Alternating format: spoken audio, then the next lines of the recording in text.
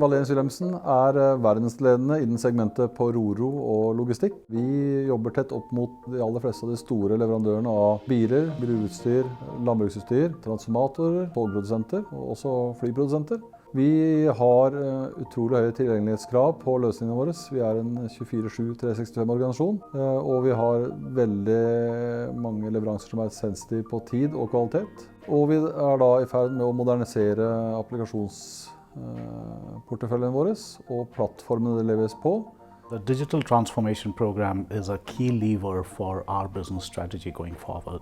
One element of that is a huge cloud transformation. And why are we doing it? Because we see that the trend in technology is more from products towards platforms. Plus time to market is becoming critical from weeks and months rather than months and years. Vi har I dag 6 fysiske datasentre som vi da I dagens prosjekt skal transformere inn til Azure, der vi ønsker da å skape en moderne plattform for fremtidens behov. Og det skal leveres da på en trygg måte og basert på Microsoft's best practices.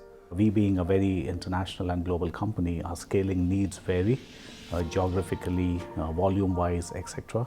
So this journey of cloud gives us the flexibility to scale on demand.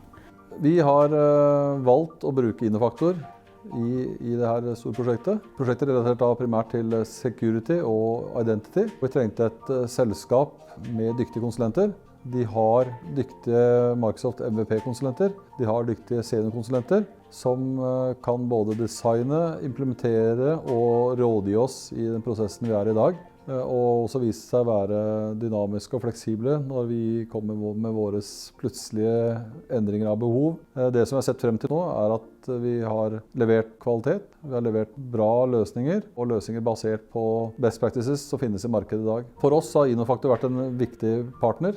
Vi har samarbeidet med Innofactor tilbake til 2015. Så trenger man konsulenter som har høy kompetanse, gode ferdigheter og som lett å samarbeide med, så Innofactor et selskap jeg vil anbefale.